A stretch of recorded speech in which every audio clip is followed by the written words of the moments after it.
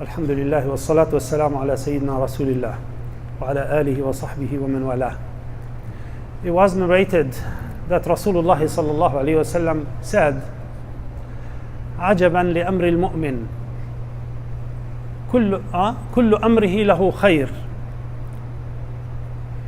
إذا أصابته سراء شكر فكان خيرا له وإذا أصابته ضراء صبر فكان خيرا له. It's amazing the affair of the believer. What's especially ya Rasulullah? What's make it amazing? That all the situations for him are good, and this is only for believers. What is it?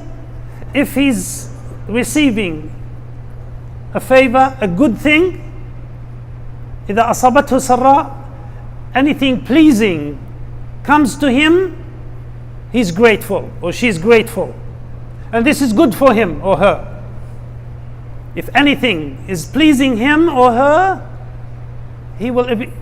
his reaction is being thankful and grateful to Allah. And if a calamity touches him or her, he's practicing patience and acceptance, and this is good for him or for her. This is what makes it very special for believers. Believers know the secret of this creation. The secret of this creation is that Allah subhanahu wa ta'ala is in control of everything. Anything good comes is from Him, and it deserves a lot of thanks to Allah subhanahu wa ta'ala. Anything that makes you pleased, happy, joyful, whatever, it's a blessing from Allah. And our reaction is, thank you Allah. Thank you. So many things deserve a lot of gratitude for. A believer knows that the source of everything is from Allah subhanahu wa ta'ala. وَمَا بِكُم مِّن نِعْمَةٍ فَمِنَ اللَّهِ. That no blessing or favor that comes to you but from Allah subhanahu wa ta'ala. Your health, your wealth, your time, your life, your guidance, your loved ones, everything that you're happy about, your friends, your job, your work, your studies, your place, your security, your peace is all blessings from Allah subhanahu wa ta'ala. And He gives it abundantly to everyone. He gives a lot, He gives a lot. He gives to everyone, He gives to everyone. He gives to those whom He likes and those who He doesn't like. Because this is the base of this world. Allah is very fair. Allah gives everybody. But He wants to see what people do with that. He gives everyone money and He wants to see their reaction. He gives a lot of people authority and He wants to see their behavior. He gives a lot of people health and strength and He wants to see what they do with it. Do we do the right thing? Or I'm arrogant and I act like the Pharaoh or Qarun or Haman. I deserve it. I'm smart. I'm number one. I'm a good businessman. I did it. It's because of me. I made this fortune. I deserve it. And Allah must be liking me. So in case there is a God, wasn't this the attitude of many people? Isn't this the attitude of the person who had the conversation with his partner in the garden in Surah Al-Kahf? He was telling his friend, I'm better than you. I have this, I have that. God must love me if there is a God. And if there is a resurrection, I will have a fortune even in the hereafter. Subhanallah. This is the mentality of the arrogant. And Allah is warning us. Allah is warning us. Allah gives a lot. But also Allah tests with giving, as we said.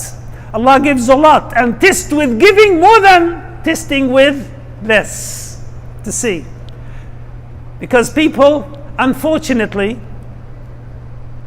cannot resist the attractions They could be stubborn sometimes and strong in front of oppression. But most of the people could fail the temptations. If there is a sale of 90% discount, you expect 90% of the people to look for that. People cannot, in general, resist the temptations, right? This is the nature, our nature. It's only strong people who would say, this is crap, this is cheap. If I need it, I will buy it. If I don't need it, even if it's for free, I don't want it. Right? Allah subhanahu wa ta'ala tests with giving more often. وَنَبْلُوكُمْ بِالشَّرِّ وَالْخَيْرِ. Allah tests with bad and good. The affair of believer is very special. If they receive something good, they're grateful. And if they are touched by hardship, they don't get crazy. They don't go mad. They don't lose their mind or their temper, right? They know this is for a reason. Allah subhanahu wa ta'ala tests with taking things sometimes. You are healthy and suddenly you fall ill. You need to be patient. Allah tests with that. See what you do when you are in your good days, and He tests you also in your bad days, right? So it's not against you when you are receiving something difficult. You study hard, but you don't get the marks you want. You need to reconsider what did I do wrong? Allah wants you to stop and think. That's why He gives you times when you have to stop. You force you to stop and think. What did I do wrong? What can I do better than that? Why other people are competing with me? Why these other businesses are making more? You need to stop and think what I have to make differently. What I have to innovate. Maybe my way of presenting my product is wrong. Maybe my product is less quality. Maybe the way I'm studying is not right. Maybe I need to do more. Maybe I need to be smarter. So it's blessings sometimes. In fact, most of the time, the hardships are blessings because they will force us to stop and think and do things differently. And then we get different results. And sometimes Allah wants us to come back to Him. The Prophet ﷺ told us in one hadith, لا تزال, that the calamities will keep hitting the believers, right? The calamities and hardships will keep hitting you, believers, until you walk on earth free from sins. Calamities and difficulties could touch you and keep coming sometimes to cleanse you. So you come to Allah clean. So Allah will raise you in ranks. And in the hadith, and if you still did not reach the rank Allah wants it for you, the moment of death, you would suffer a little bit more, so you come to Allah and immediately getting this high rank. Subhanallah. Alhamdulillah. If the believer knows that these calamities are rewarding so much, they would have never complained about any hardship. And we also remember Allah saying, وَنَضَعُ الْمَوَازِينَ الْقِسْطَ لِيَوْمِ الْقِيَامَةِ, that we will establish the right and the just scales in the day of judgment. There will be a court in the day of judgment. Actually, the day of judgment is a court session, right? The day of judgment, it's a judgment, right? There will be people who will have to appear.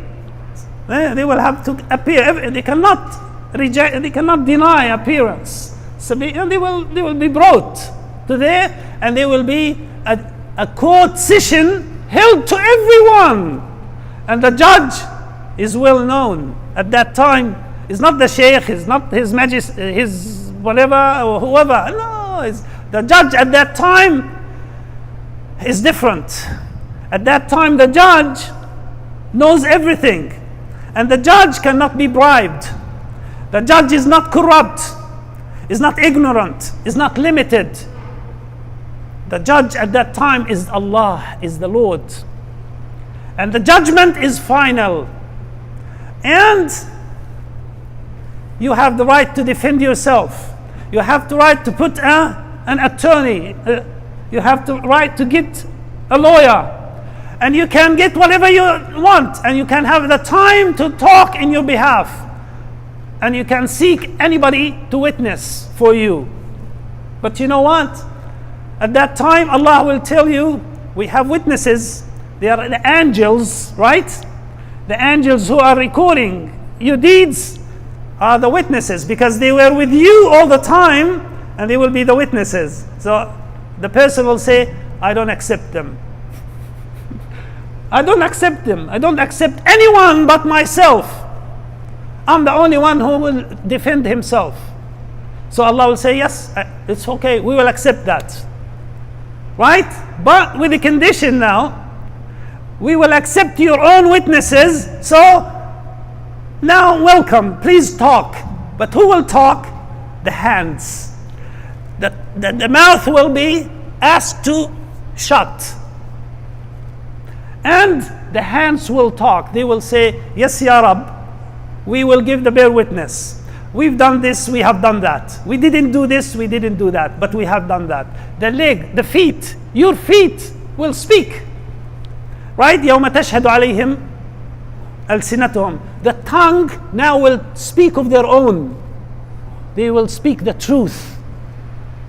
And then after everyone gives their witness, Allah will tell him, now you can talk. He will only blame himself.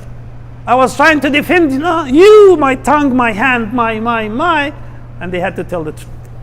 Allah is very fair at that time. وَنَضَعُ الْمَوَازِينَ الْقِسْطَ لِيَوْمِ الْقِيَامَةِ فَلَا تُظْلَمُ نَفْسٌ شَيْئًا. And no soul will have any injustice. وَإِنْ كَانَ مِثْقَالَ ذَرَّةٍ. Not even an atom weight. If it's an atom weight, or less, or more, of good, أَتَيْنَا بِهَا. We will give it to you. We will compensate you for it. Right? So nothing will be left. Nothing will be wasted. So nothing that touches you but recorded. The Prophet ﷺ said, when the person is touched by a calamity, your tongue will be your own tool to record your own reactions and feelings. So the angels will write what you say. When a person loses their loved ones, you lose a dear loved father, grandfather, a mother, a daughter, a son. So Allah subhanahu wa ta'ala will ask the angels, what did my servant say? Someone lost someone by death. What did my servant say? ماذا قال عبدي حمدك واسترجع يا رب. Oh Allah, your servant said, Alhamdulillah, inna lillahi wa inna ilayhi raji'un. Oh Allah, thank you for everything. To you we belong, and to you will return. So Allah subhanahu wa ta'ala will tell all my servants to the angels, build or construct a house for my servant in paradise and call it the house of gratitude, waiting for him to come and inhabit that home in paradise. So what we say, what we do is a reflection is of our own iman. And this is a third of the believers. Whenever they are afflicted by any calamity, they realize this could be a great gift from Allah subhanahu wa ta'ala. That is, this calamity is always, not often, always followed by good things. Always a calamity is followed by a lot of relief from Allah subhanahu wa ta'ala, for individuals and for the ummah, if we practice patience. Like Allah subhanahu wa ta'ala said, إِنَّهُ مَنْ يَتَّقِ وَيَصْبِرْ. Those who practice, who persevere and fear Allah, Allah will not put their acts or actions in vain, or they will never lose in this bargain. So a believer affair is amazing based on that. If Allah gives you something, it's always great. It's always good to receive anything from Allah, and Allah will be pleased with the believer, either grateful or patient. This is the affair of the believer, and all the time, as individual and as an ummah. But when we act in group as an ummah, part of our gratitude is to help one another. Out of our practice in patience is to help one another in front of calamities. When a calamity hits a neighboring country, we always help our brothers. When anything hits the ummah or humanity, we rush for help, regardless of who needs the help. This is what Allah wants us to do. This is what pleases Allah subhanahu wa ta'ala. You know the person, you know the stories of people the Prophet sallallahu alaihi wasallam told us about, who did good deeds. One did good deed for a dog, one did good deed for a prostitute, one did good deed and give charity to someone who doesn't need it. The Prophet sallallahu alaihi wasallam said they all accepted. Allah accepted all of them. Although none of these recipients deserved it, right? Sort of, except the dog maybe. In our own terms, right? But literally Allah accepted the sadaqah on the prostitute. Allah accepted the sadaqah on the rich, miserly person. Allah accepted the sadaqah on the bird or in the animal, right?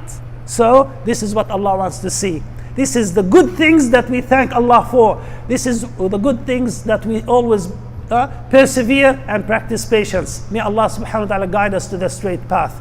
May Allah subhanahu wa ta'ala bring peace to this land and to all the Muslims all around the world. Ameen ya Rabbil Alameen. May Allah give our brothers in Palestine, in Syria and Yemen relief and peace. Ameen ya Rabbil Alameen. Wa sallallahu wa barik ala Sayyidina Muhammad wa ala alihi wa sahbihi.